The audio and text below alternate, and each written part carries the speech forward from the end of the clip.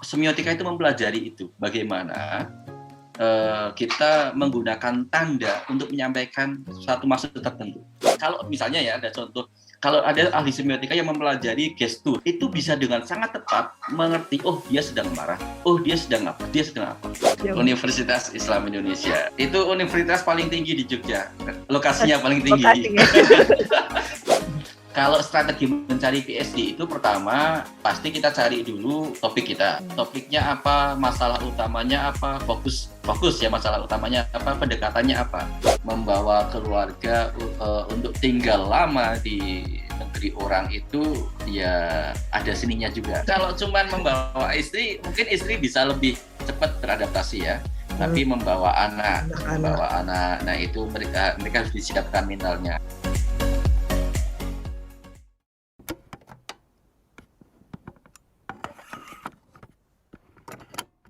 Halo, kembali lagi ke podcast PPI Estonia. Kali ini saya Enlik akan ditemani dengan co-host baru, Tanti, yang adalah teman seperkuliahan saya dari Software Engineering di Tartu. Halo Tanti. Halo Enlik, halo teman-teman semuanya. Ya, jadi hari ini aku dan Tanti kedatangan bintang tamu baru dari PPI Estonia juga, yang saat ini sedang kuliah PhD di University of Tartu, Estonia. Jadi, Tanti gimana kabarnya juga di sana? Di Ceko saat ini kan? Alhamdulillah baik. Oh iya, saat ini aku sedang ada di Ceko teman-teman untuk study exchange di sini. Alhamdulillah di sini baik. Enlik sendiri gimana kabarnya? Alhamdulillah sehat-sehat juga, meskipun sedikit pilek kemarin tapi sudah baikan sekarang. Lalu gitu aja ya perkenalan co-host ya. Jadi Tanti ini teman sekelas saya di kampus dan saat ini sedang study exchange ke Ceko, meskipun dia dari Estonia. Oke, kita mulai dengan slogan kita. Dari Estonia untuk Indonesia. Yeay. Oke, langsung aja. Oke teman-teman, kali ini kita kedatangan guest dari Tartu juga nih. Namanya Mas Mujain. Nah, saat ini Mas Mujain sedang PhD di University of Tartu juga. Mungkin dari Mas Mujain bisa perkenalan diri lebih lengkapnya nih, silakan. Halo semuanya, selamat pagi. Enlik, juga Tanti, dan juga semua teman-teman dimanapun berada di Estonia atau di Indonesia. Saya Muzain, nama lengkap saya Muzain Nazharuddin. Sekarang sedang ambil PhD di University of Tartu, Department of Semiotics, Faculty of Arts and Philosophy. Dan ini sudah tahun ketiga dari PhD saya. Jadi satu lagi bintang tamu dari Tartu nih, dan Mas Muzain, di topik hari ini kita akan ngobrolin soal membawa keluarga ke Estonia dan juga tentang kuliah PhD. Mas Muzain boleh cerita kesibukan saat ini Mas, selain urus kuliah PhD, ngurus keluarga juga, ada kesibukan lain mungkin Mas? Nah, dua itu kesibukannya, mengurus PhD dan menemani anak-anak bermain belajar. Jadi kalau PhD single itu tantangannya beda banget ya dengan PhD dengan keluarga.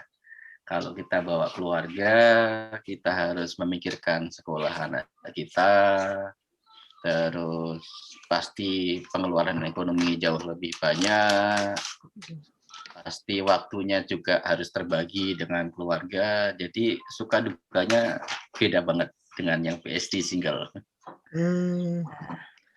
Menarik banget nih buat diulik ke sih, teman-teman juga penasaran gimana sih kalau misalnya bawa keluarga gitu.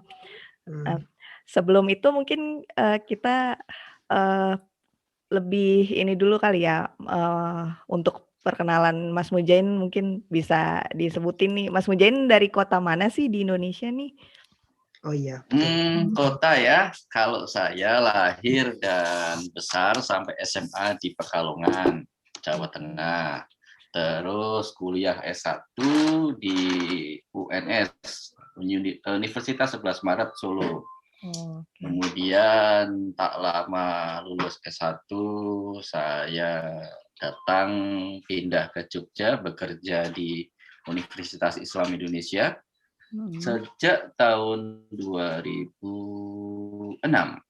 Jadi saya mulai mengajar di UII sejak tahun 2006. Terus saya master di Tartu juga, di Department of Semiotics juga.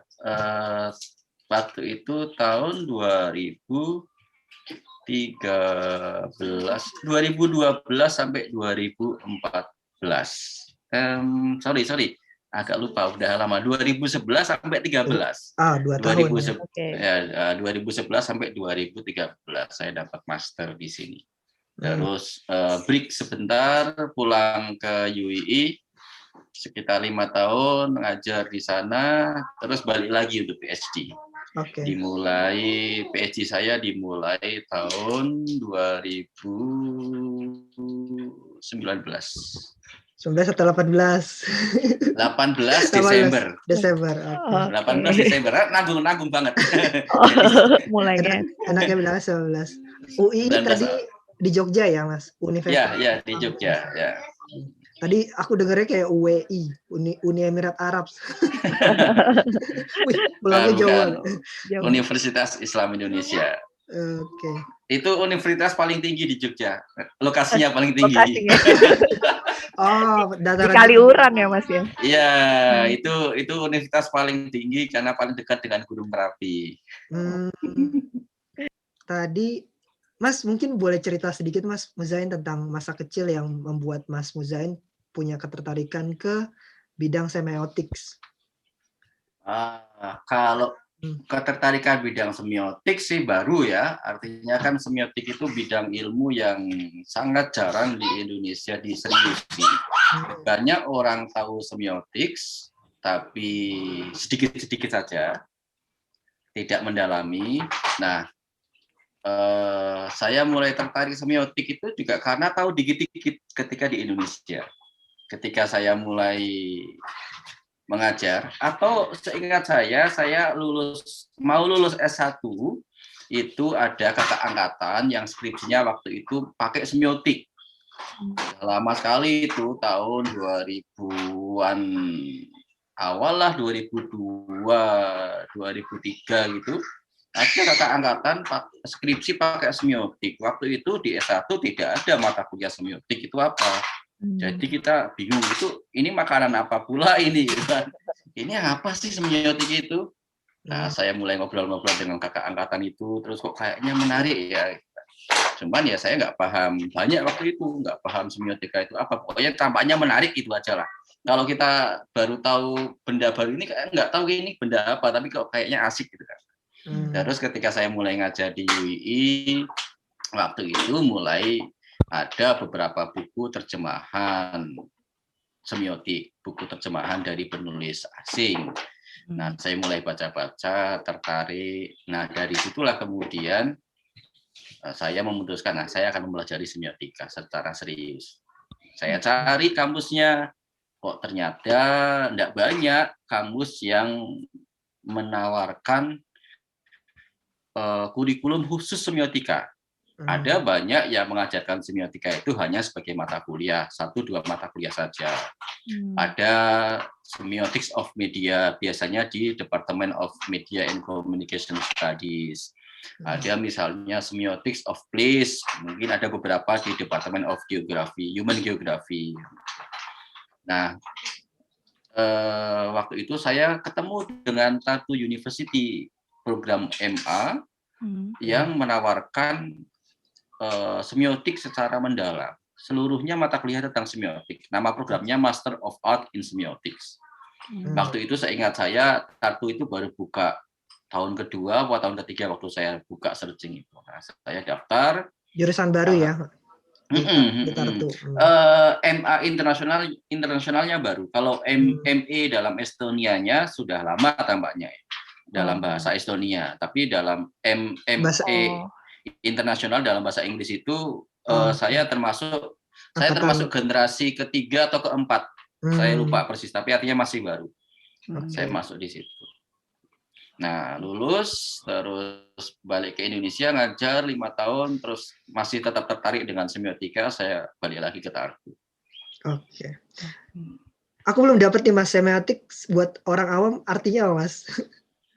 Semiotika, Nah, gini, Li. Kamu memasang background kamu ini, itu pantai kan? iya pantai di Ya, Derawan. Derawan, ya Derawan Island ya. Nah, bagi orang kita sebagai orang biasa itu, pantainya menarik, gitu kan. Tapi bagi semiotician itu nanti dia akan bertanya-tanya, kenapa kamu pakai background pantai itu? Ada beberapa kemungkinan nih. Tampaknya Silly kangen pulang ke Indonesia nih. Kangen bermain di pantai, snorkeling di pantai atau diving di pantai. Karena di Estonia nggak bisa seperti itu. Nah, atau bisa jadi kamu punya kenangan khusus dengan tempat itu. Atau itu salah satu cara simpel melihat semiotika. Artinya ketika seseorang manusia siapapun dia dalam tiap harinya itu dia menggunakan bahasa untuk menyampaikan idenya itu sendiri kan ada di pikiran kita nih, tapi kita menyampaikannya kan dengan bahasa. Atau kemudian bisa jadi tidak dengan bahasa, tapi dengan bahasa visual, dengan lukisan, dengan gambar.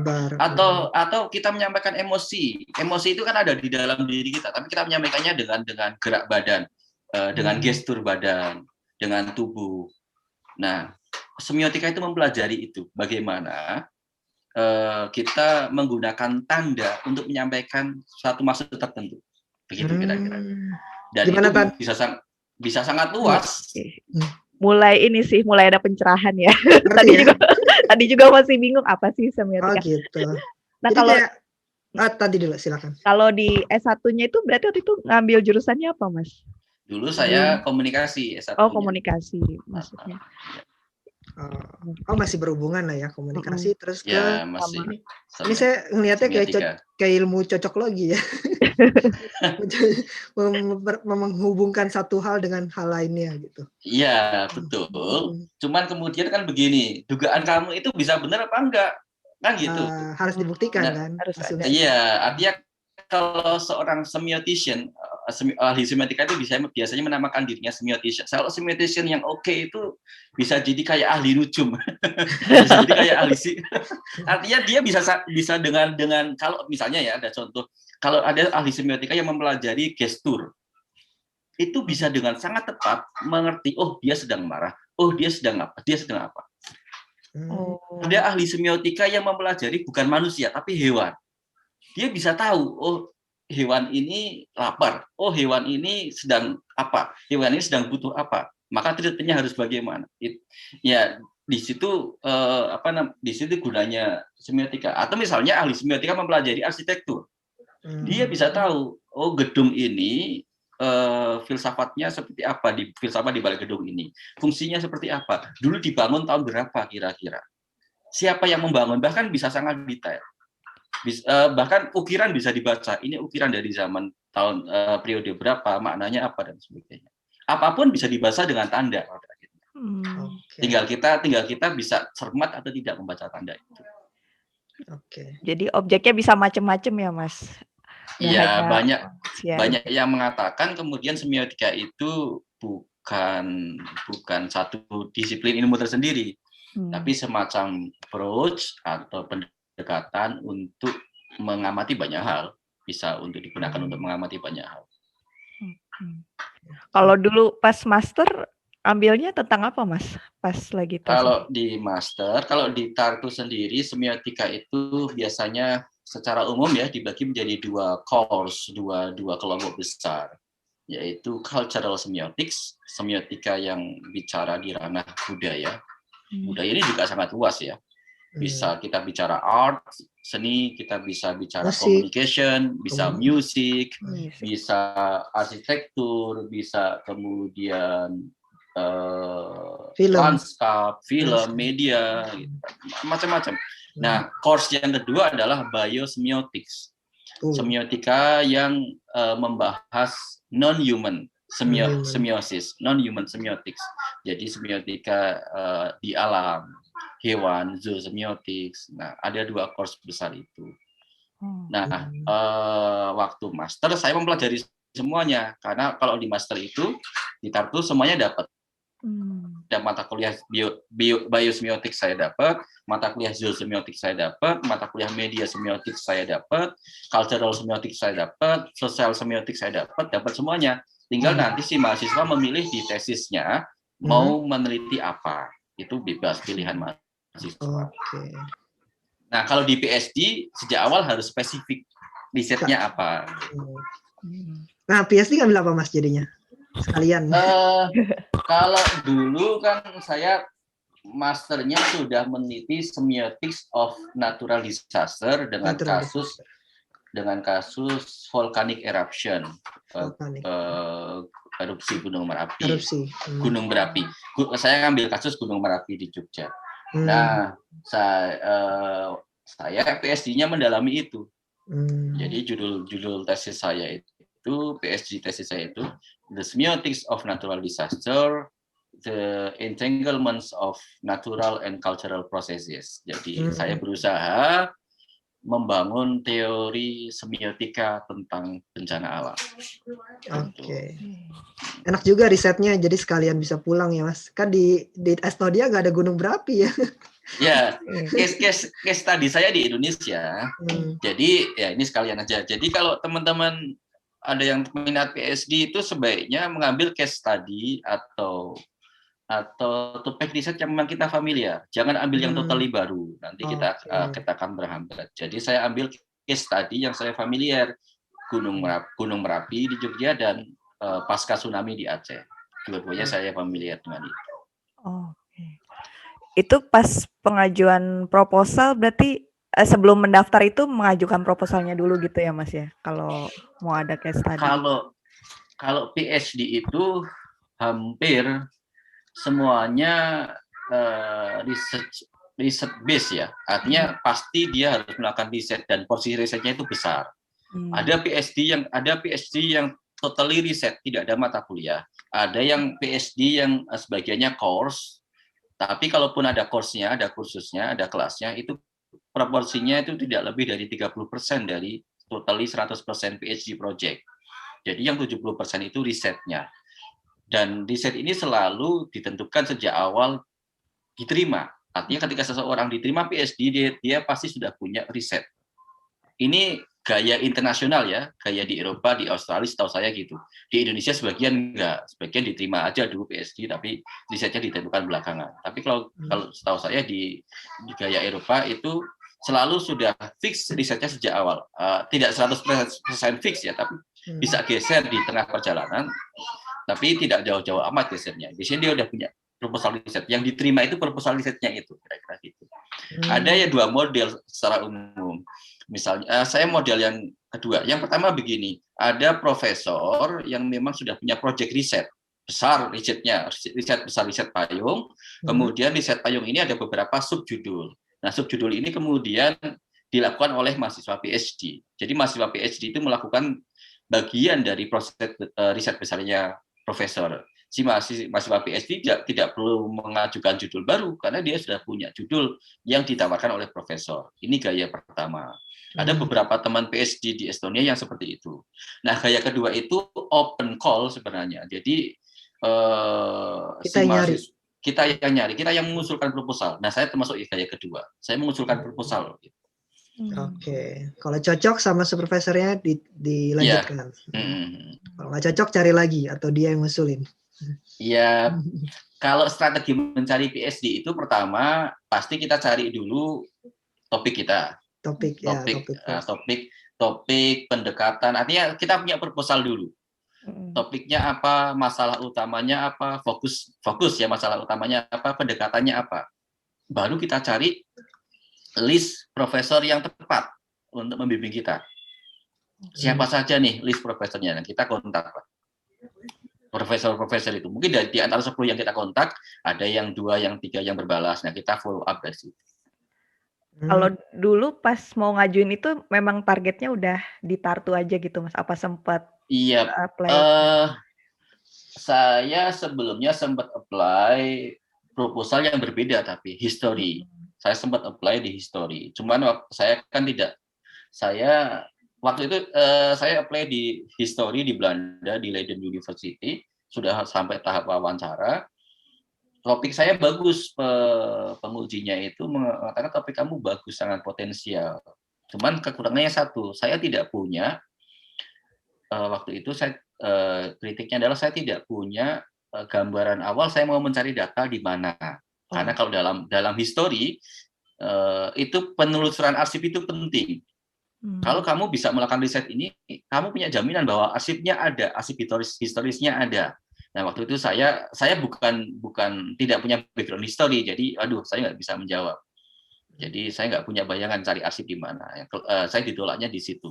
Tapi saya punya masukan bagus dari Leiden itu. Tapi itu jauh sebelum saya apply Tartu, sekitar 2 tahun sebelumnya. Terus saya saya lupakan dulu proposal itu karena saya nggak tahu cari data di mana. Saya harus belajar histori lagi dari awal. Nah, ketika saya apply Tartu, saya mengubah proposal itu. Pendekatannya bukan sejarah. Saya kembali pendekatannya semiotika. Nah, ketika saya pendekatan semiotika, pilihan utama saya Tartu. Berarti belajar evaluasi ya dari yang yang ditolak sekarang jadi berhasil diterima. Gimana Tan? Udah mau lanjut PhD gak nih habis kuliah? Masih mikir-mikir nih. Oke. Gitu dulu kali ya soal PhD, kita lanjut ke yang lain. Apa nih Tan? Selanjutnya kita lanjut bahas ini kali nih, apa? Selanjutnya pas lagi proses visanya kali. Aku penasaran sih pas dari master. Kalau master waktu itu belum bawa keluarga ya Mas pas PhD? Master bawa istri aja. Waktu itu saya belum punya anak. Beda 7 tahun Mas. Tan 8 tahun. Iya. 2011. Prosesnya gimana tuh dulu pas awal-awal, sama nggak Mas ribetnya pas awal master terus PhD pas ngurus? Kalau waktu ngajak istri nggak begitu ribet.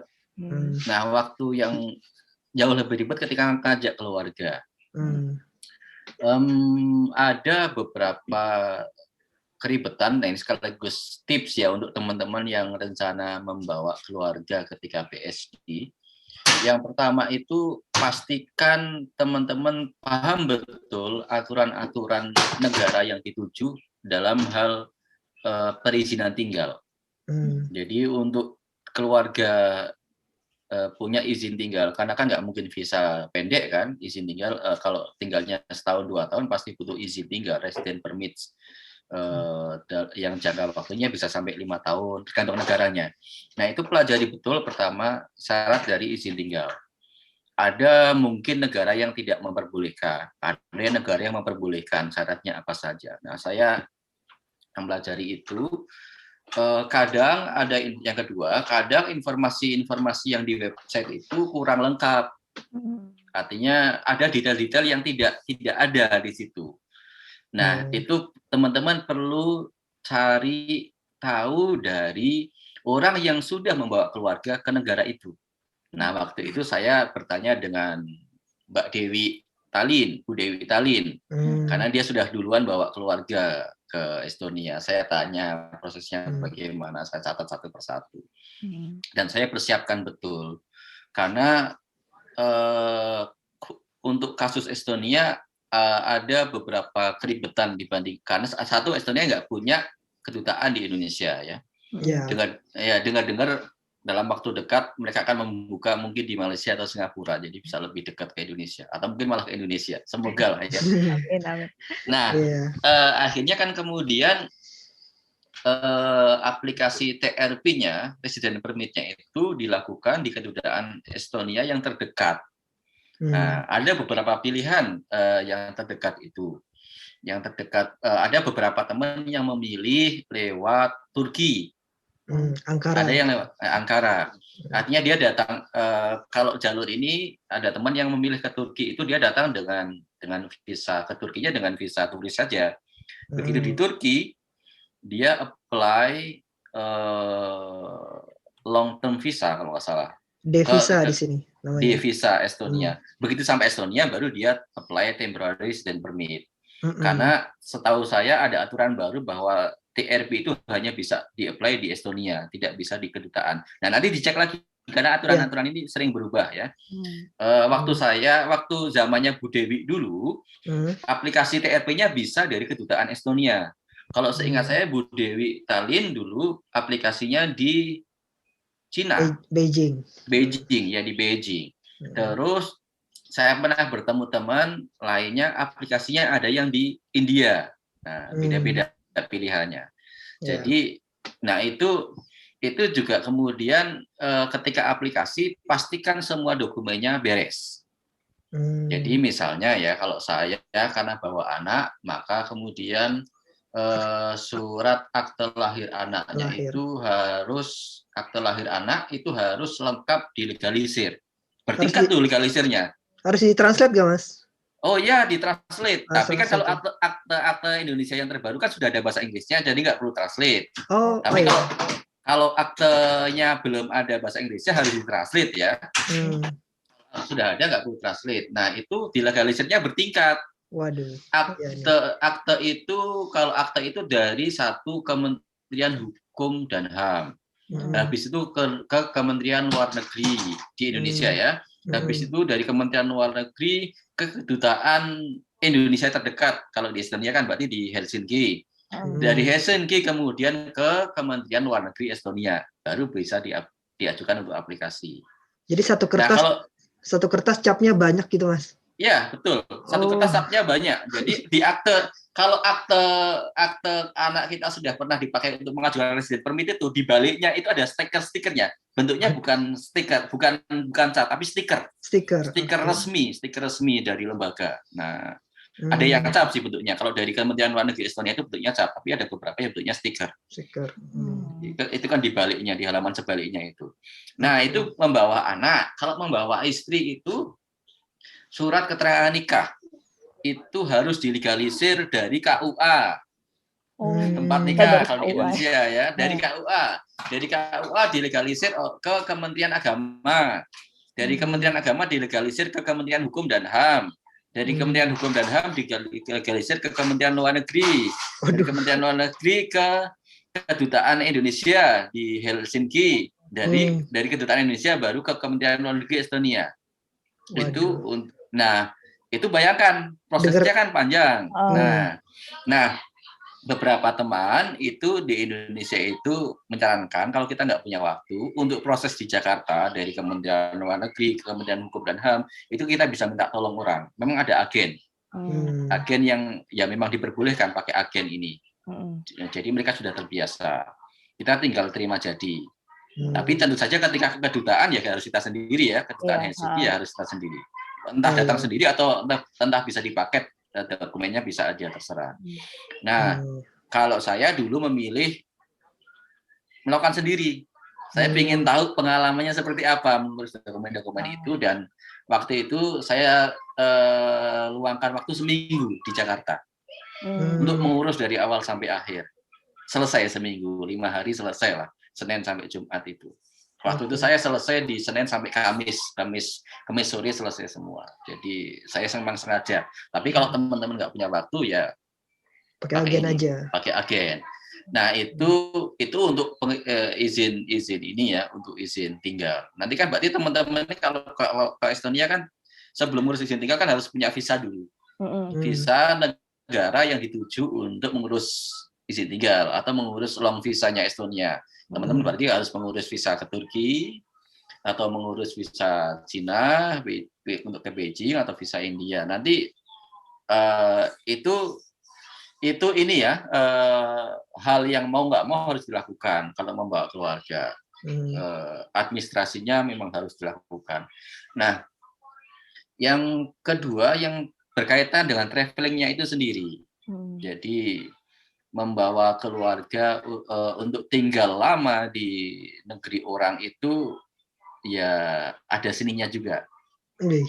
Kalau cuman membawa istri, mungkin istri bisa lebih cepat beradaptasi ya. Tapi membawa anak, nah itu mereka harus disiapkan mentalnya. Kalau saya sudah jauh hari saya kasih tahu anak-anak nanti akan anak-anak akan saya ajak ke Estonia. Nah, saya kasih tahu dulu hal-hal yang menarik di sini.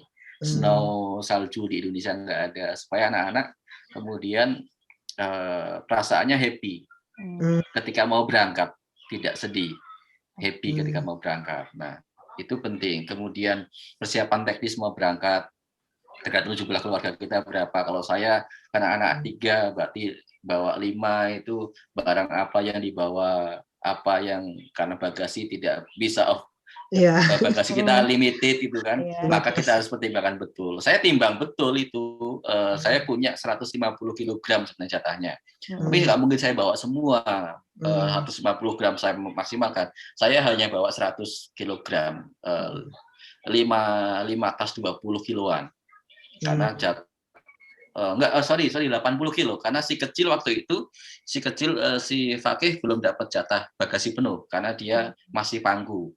Nah, saya dapat 80, saya dapat itu 120 kg, 30 kilo kali 4. 30 kan rata-rata pesawat Indonesia, pesawat luar negeri, terutama yang saya sering pakai itu kan pesawat Timur Tengah ya, pesawat Qatar, Emirates atau Turkish gitu ya. Nah, itu rata-rata 30. Saya punya jatah itu 120 kg, tapi saya pakai cuma 80 saja. Bawanya repot. Jadi saya persiapkan betul apa yang dibawa, apa yang penting-penting. Saya waktu itu bawanya yang saya prioritaskan itu bumbu. Karena bagaimanapun kalau adaptasi itu butuh waktu. Artinya ya kita di masa-masa awal kita asumsikan kita masih pakai makanan-makanan Indonesia, bumbu-bumbu Indonesia. Jadi saya bawa bumbu. Saya bawa mainan anak.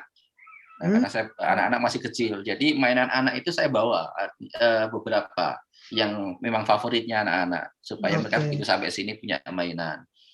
Pakaian nggak begitu banyak saya bawa, pakaian dasar saja yang kira-kira cukup ganti untuk seminggu, ganti cukup lah. Karena saya udah menguasai Medan Tartu. Oh, saya tahu pakaian-pakaian yang murah di mana, itu saya tahu. Dan ini juga strategi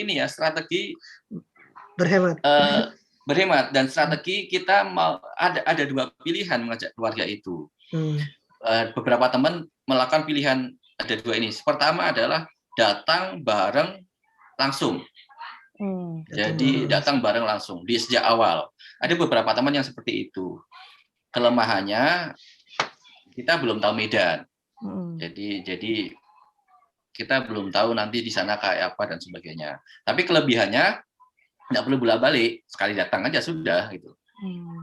Nah, saya milih strategi kedua, yaitu saya datang duluan. Waktu itu bahkan saya 1 tahun. Rencananya cuma satu tahun di Estonia, tapi bolak-balik saya karena tahun pertama saya itu kebanyakan riset di Indonesia. Jadi begitu selesai setahun, tahun kedua saya ajak keluarga ke Estonia. Jadi saya udah tahu betul prepare matang ya, atau Medan. Artinya saya sudah punya apartemen di sini ketika keluarga datang. Karena rata-rata teman-teman yang memakai strategi pertama datang bareng dengan keluarga itu rata-rata mereka belum punya apartemen. Jadi mereka kadang tinggal dulu di dormitory kampus yang memang disediakan untuk stay sementara sambil nyari apartemen. Ada di Pepleri kalau nggak salah. Itu ada. Nah, itu tinggal sementara di situ. Ada yang tinggal seminggu, 2 minggu untuk nyari apartemen, baru kemudian pindah ke apartemen. Jadi diperbolehkan ya Mas buat keluarga sementara di dom? Iya, tapi bukan yang di dom Narva atau di dom Ratu C. Ada di yang kecil, yang khusus ya buat ada Pepleri kayaknya ya. Kayaknya kalau nggak salah di Pepleri. Nah, di situ ada, kita bisa di situ sementara ke keluarga nggak masalah, cuman tidak untuk menetap. Artinya untuk sementara. Beberapa teman setahu saya memilih strategi itu. Cuman saya memilih yang kedua. Dan saya mencoba mensiasati strategi yang kedua biar nggak terlalu mahal dengan cara riset pulangnya ke Indonesia. Ketika saya riset ke Indonesia kan saya dibiayai oleh Tartu. Jadi saya balik pun dibiayai oleh Tartu. Artinya ya itu. Karena kalau saya merasa terlalu risky ya kalau mengajak keluarga belum punya apartemen, terus belum tentu dapat dalam waktu seminggu, nah itu terlalu risky. Nah, saya mending settle dulu, saya di sini semuanya sudah punya barang-barang kebutuhan dasar, jadi peralatan dapur saya sudah punya, apartemen sudah punya, kemudian baju-baju dingin sudah punya, anak-anak datang sudah siap kira-kira begitu. Oke. Tentang anak-anak nih Mas, waktu itu pas harus mendaftarkan sekolahnya gimana nih Mas? Susah nggak nyari-nyari mungkin? Ini nanti per negara beda ya. Kita bicara khusus Estonia ya, dan terutama khusus Tartu. Nah, di Estonia sendiri ada regulasi dari pemerintah bahwa mahasiswa PSD itu anaknya berhak untuk masuk di sekolah yang free karena sekolah negeri. Sekolah negeri untuk dari primary. Tapi kalau yang kindergarten enggak, dari primary school sampai S3 itu gratis kan, kira-kira begitu. Kalau di Estonia kan sebenarnya gitu. Kalau state based school kan semuanya gratis, sampai S3 pun gratis kan. Kalau state based, jadi ya kalau jadi orang Estonia sebenarnya mau sampai S3 pun gratis kalau state based kan. Dan yang state based itu kan banyak sekali sebenarnya. Jadi kalau di Estonia itu sebenarnya Musi anak pertama saya itu dia bisa milih banyak sekali sekolah, tapi kan pakai language-nya Estonian. Nah, syukurnya ternyata Tartu punya satu international school yang itu free karena negeri. Nah, mesti saya daftarkan di situ. Di Tallinn juga ada. Nah, bedanya dengan Tallinn begini, kan karena mungkin di Tallinn jumlah pendatangnya jauh lebih banyak. Maka antriannya sangat panjang di Tallinn itu. Nggak tentu diterima karena sangat panjang antriannya dan kapasitasnya kan terbatas. Di Estonia itu sekolah itu kapasitas kelas sangat diperhatikan. Kalau emang kapasitasnya maksimal 10 ya sudah 10, jangan nambah, kira-kira begitu. Itu untuk menjaga kualitas pengajaran di kelas. Jadi kapasitas gurunya, kesanggupan seorang guru mengampu itu berapa orang, nah itu dibatasi betul. Tidak asal semua diterima. Nah, kalau di Tallinn itu sangat panjang antriannya karena kan sekolahnya ini ditujukan untuk satu mahasiswa PSD, anak dari mahasiswa PSD, dua anak dari pekerja akademis. Jadi kalau kita menjadi dosen, kita menjadi peneliti itu berhak pekerja akademis. Kemudian anak dari diplomat, jadi diplomat negara asing. Kemudian anak dari pekerja lembaga kemanusiaan PBB, anak dari pekerja staf di lembaga internasional, anak dari stafnya EU misalnya. Nah, itu punya hak di situ. Nah, di Tallinn kan kita bisa kebayang anaknya keluarga kedutaan kan berapa di sana sekali karena antrinya panjang. Nah, syukurnya di Tartu nggak begitu banyak. Jadi musik itu diterima, nggak perlu antri karena memang kuotanya masih mencukupi. Nah, itu sudah saya search sejak saya sebelum mengajak keluarga. Saya sudah cari-cari dan saya pede. Saya yakin bahwa memang ada sekolah untuk musik. Jadi sudah saya pertimbangkan sejak berangkat. Intinya gimana Mas transisi musik kan misalnya kelas 3 SD ya. Nah, itu penyesuaiannya dengan kurikulum Estonia gimana Mas? Kalau musik pas kelas 1 dia. Oh, baru kelas 1. Oke. Ya, jadi musik itu sebenarnya sudah kelas 1 di Indonesia, dapat 1 semester, saya ajak ke sini. Kami kan berangkat dulu bulan Februari ya sampai sini ya. Jadi musik tidak langsung sekolah masuk. Sebenarnya waktu itu bisa langsung daftar ya, apply langsung masuk bisa. Cuman waktu itu pertimbangan saya biar dia main dulu. Artinya masih kelas 1 enggak apa-apa lah. Kalau telat setahun itu tidak masalah banget. Nanti masih sangat mungkin bisa dikejar di SMP, SMA, perguruan tinggi dan sebagainya. Jadi dia telat setahun. Artinya ketika dia datang ke sini Februari sampai Agustus itu dia tidak sekolah. Jadi memang sengaja saya buat ya udah main-main dulu aja, enjoying Tartu, enjoying time itu aja. Tapi sebenarnya boleh ya Mas ya? Boleh. Estonia sendiri boleh masuk pas Februari gitu ya? Boleh. Jadi artinya di sini banyak kok international student itu yang masuknya tidak selalu di awal masuk tahun ajaran. Hmm. Jadi ada yang masuk di bulan Januari. Hmm. Ada temannya Mas Umar Dhani itu masuk malah di penghujung tahun pelajaran. Jadi boleh-boleh aja. Tinggal anaknya, jadi orang tuanya yang harus menimbang anaknya siap nggak untuk masuk ke situ. Nah, waktu itu pertimbangan saya juga karena Musi sama sekali belum bisa bahasa Inggris. Jadi kan di Indonesia kan totally pakai bahasa Indonesia, dan saya butuh waktu untuk belajar mengajari Musi bahasa Inggris. Jadi akhirnya kemudian pelan-pelan belajar bahasa Inggris. September dia baru masuk. September. Dan dia masuk kelas 1. Dari kelas 1 lagi. Tapi itu menurut saya kira-kira langkah terbaiknya waktu itulah. Karena kalau Musi langsung masuk di Februari, langsung masuk sekolah kelas 1, kemudian langsung bahasa Inggris di situ, sementara Kaget. dia belum kaget, nanti malah bisa stres anaknya, malah kemudian jadi tekanan mental, malah nggak bagus kan hasilnya. Oke. Terus Mas, untuk family time sendiri Mas dengan keluarga biasanya ngapain Mas? Di rumah, di luar? Tergantung musim nih. Kalau winter kebanyakan di rumah ya. Kita main. Walau Musi suka Lego, kalau Afrika suka puzzle, kalau si kecil si Fakih masih suka nonton kartun. Ya, semuanya suka nonton kartun lah. Nah, kalau pas mulai spring, kemudian ini summer, sering main di luar. Sering main di luar. Naik sepeda, naik skuter, kan banyak taman di sini, taman kota ya, sering main di situ. Iya, di sini hijau banget ya buat jalan-jalan. Oh iya, Mas Mujain tuh hobi ini ya waktu itu sepeda sama anak-anaknya. Masih sering juga sekarang Mas?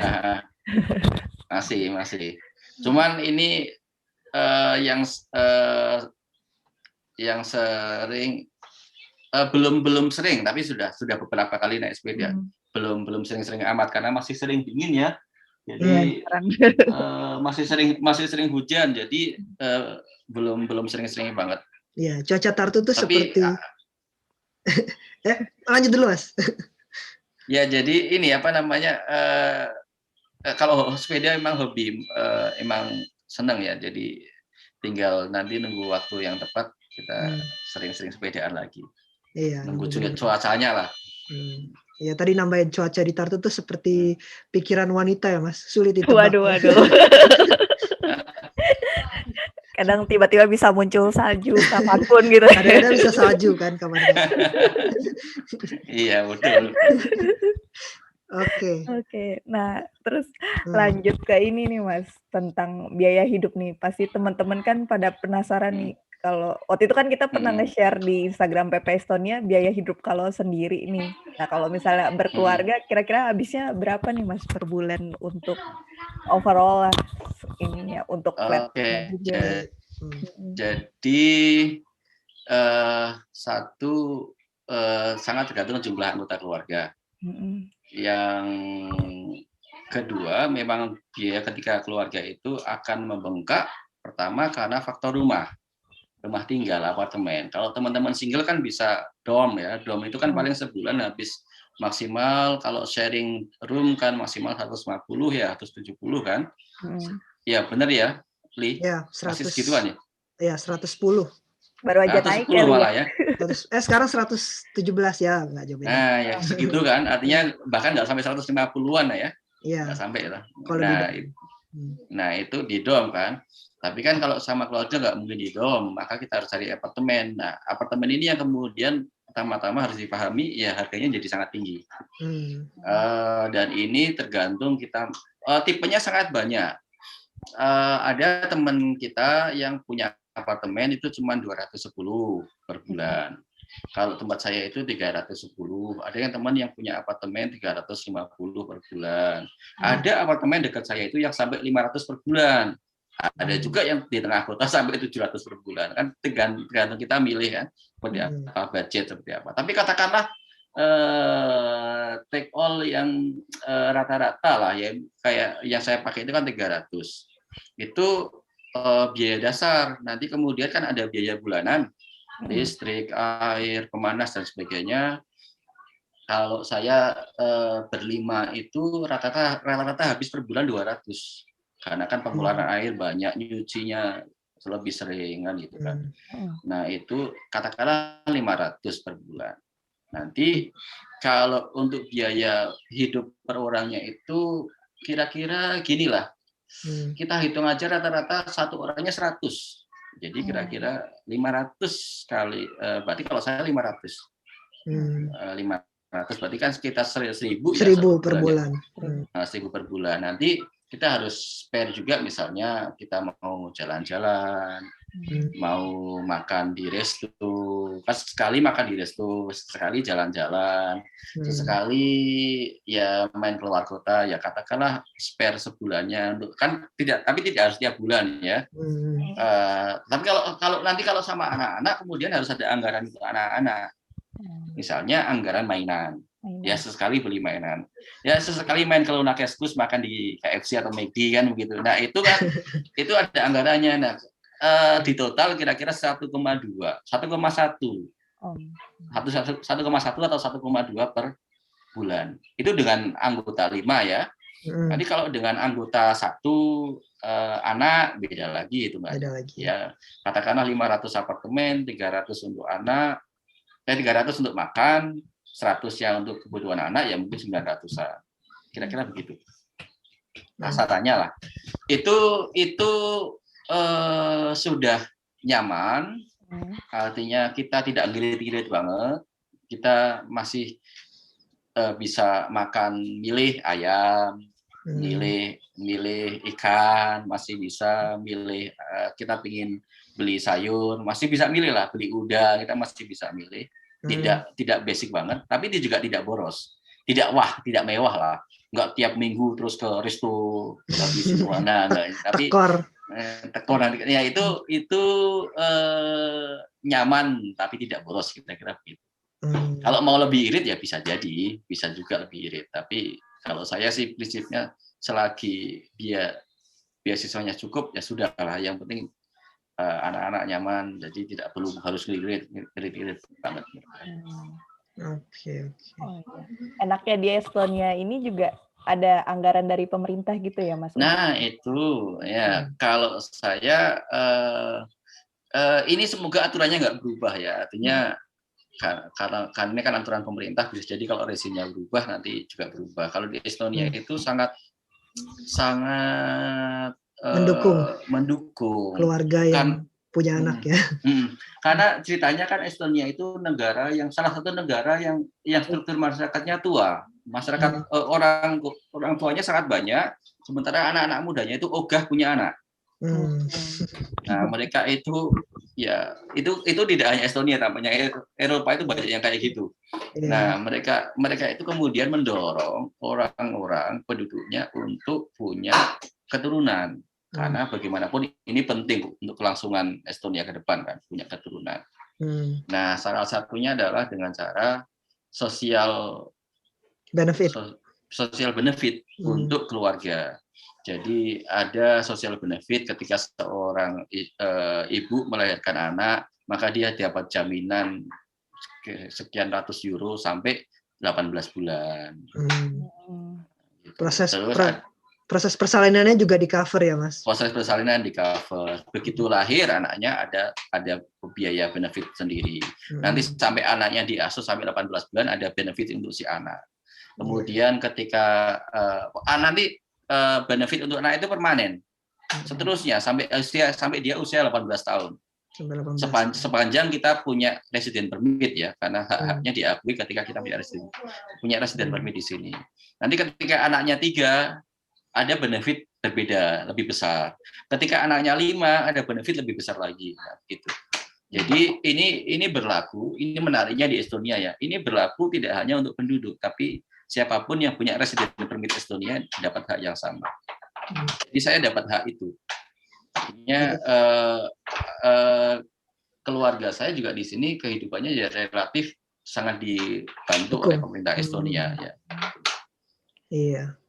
Jadi meskipun hitungannya temporary residence permit, tapi kita sudah dianggap seperti permanen ya.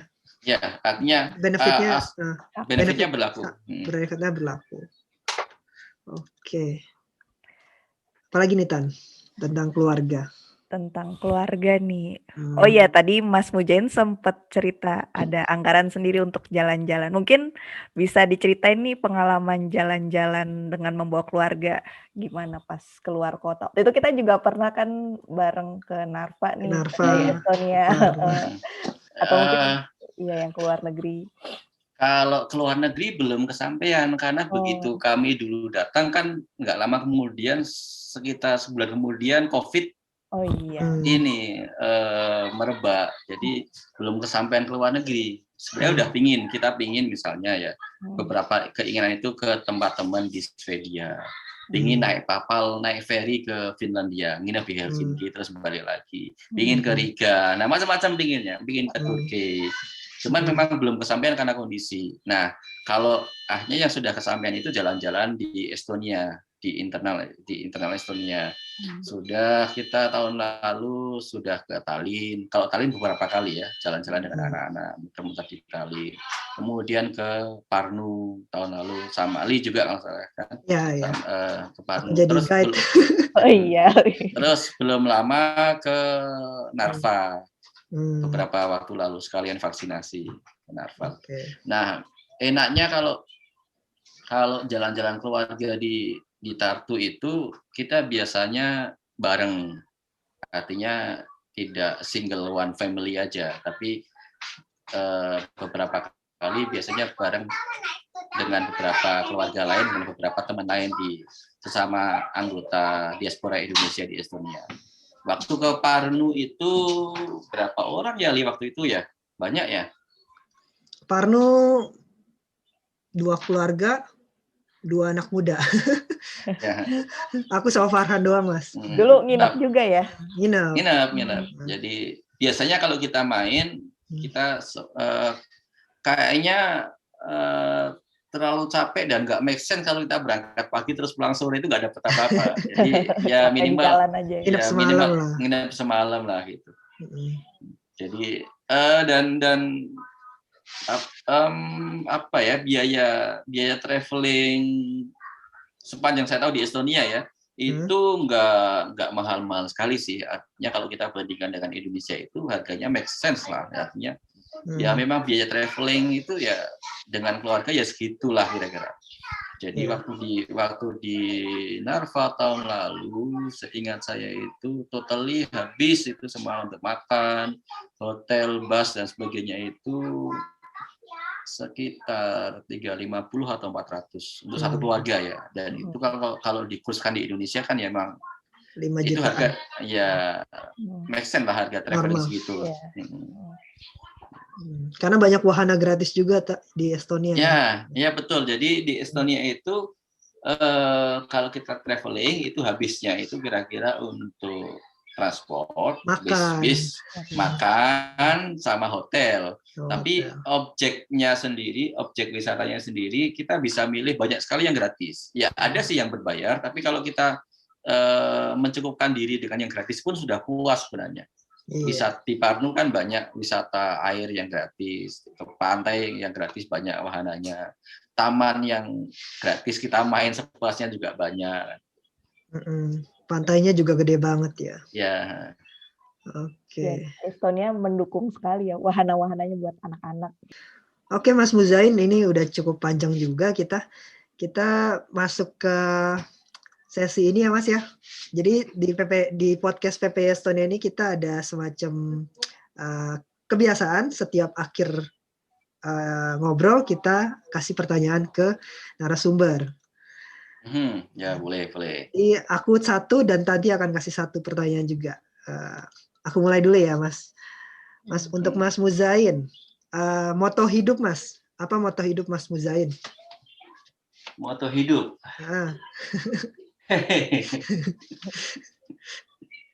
Apa ya? Berusahalah sebaik mungkin. Sisanya biar semesta yang mengurus. Asik. Mantap. Oke. Oke, dari aku mimpi Mas Mujain apa sih yang belum tercapai sampai Wih. saat ini? Kayaknya udah banyak banget kan, kayak tadi dari ceritanya targetnya udah sesuai Mimpi. Mimpi yang belum tercapai. mimpi atau target gitu.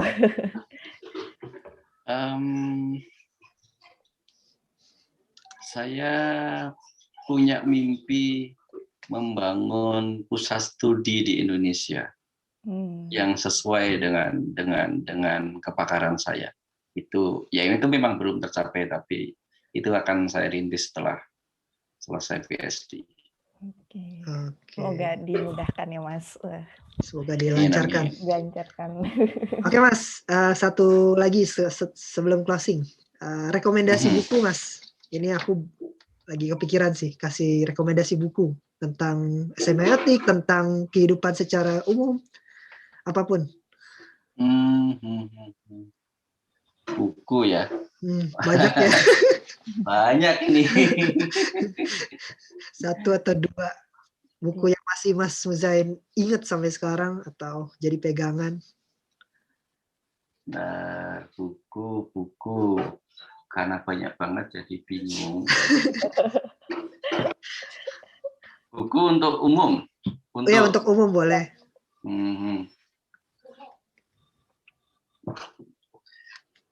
Jangan bukunya Musi ya Mas.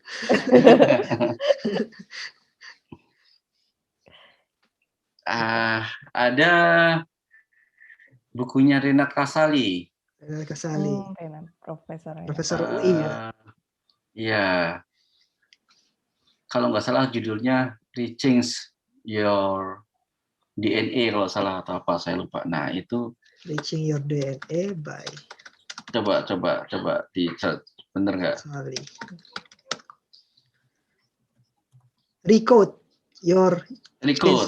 Recode Your Chance DNA dari Profesor Renat Kasali.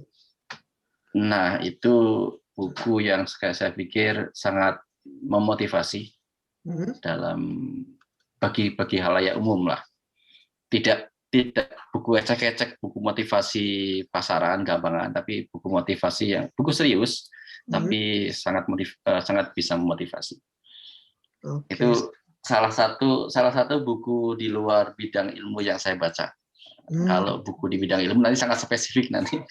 Itu aja ya. Terus, iya, ini subtitlenya membebaskan belenggu-belenggu untuk meraih keberanian dan keberhasilan dalam pembaharuan. Wah, memang sekilas seperti motivasi, tapi menurut Mas Muzain ini bukan hanya sekedar buku motivasi ya Mas.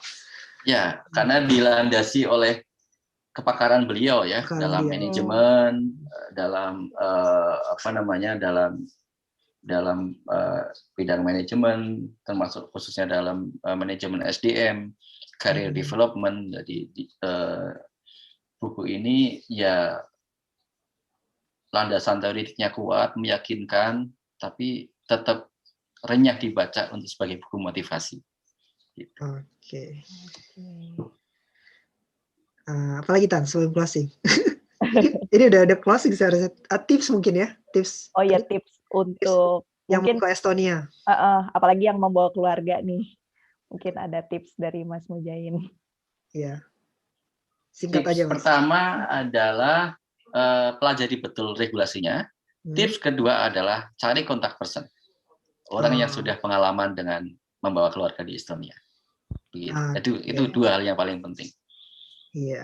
Oh, jadi buat teman-teman juga yang baru dengerin podcast, kita juga ada grup Telegram. Iya. Jadi kalau mau yang cari tahu tentang seperti yang Mas Muzain, cari teman yang di Estonia yang sudah bawa keluarga, bisa kontak di grup Telegram karena ada beberapa teman kita di situ yang sudah berkeluarga juga yang tergabung di grup Telegram. Dan grup Telegramnya bisa teman-teman lihat di Instagram kita. Di situ ada di link di bio-nya. Bisa diklik di situ. Nanti langsung tergabung di grup Telegram. Iya. Oke, segitu aja tentang episode dari Mas Muzain ini. Terima kasih Mas Muzain untuk waktu. Terima kasih banyak Mas Muzain. Sama-sama, terima kasih Enlik, terima kasih Tanti.